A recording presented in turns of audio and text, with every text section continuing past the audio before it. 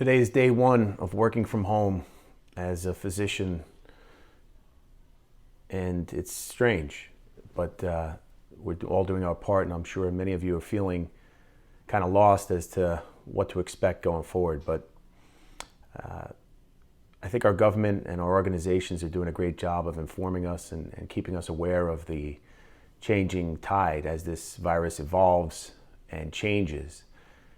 This is what they call a slippery virus, meaning it mutates quickly and it changes quickly. But right now, we're seeing two very different stories with infection. We're seeing 85% of people or more with very mild symptoms, but then are vulnerable, our elderly, smokers, obese, people with immunocompromised, the underlying medical conditions are suffering a bit more and possibly might need inpatient hospitalization. So the answer right now is if you're feeling like you have a cold and a mild cough and the fever is under 102 and you can manage the symptoms, stay home. Don't contaminate anybody else. But if you're having much higher fevers and if you have any respiratory symptoms of shortness of breath, the recommendation is to get to the hospital for supportive care, where all of our institutions, for example, at Columbia Presbyterian, seems that 100% of our workforce is gearing up and preparing and finding ways to be ready for this.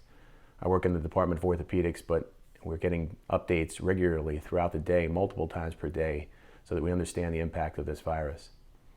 But as a dad working from home with 4 teenagers, my family was great enough to move my desk up to my bedroom where it's quiet. And here I am, getting things done and finding out what to expect next from my leaders at work and from our leaders in government.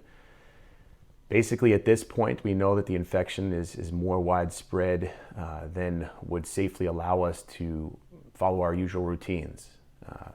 But wherever you are, washing your hands regularly and covering your cough and basic hygiene make a big difference.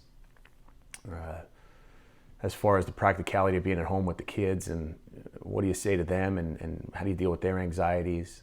My wife is downstairs and she's working with the kids on their homework assignments, figuring out how to set up the electronic versions of classrooms and having everybody get into their new routine, which is going to be with us for a little while.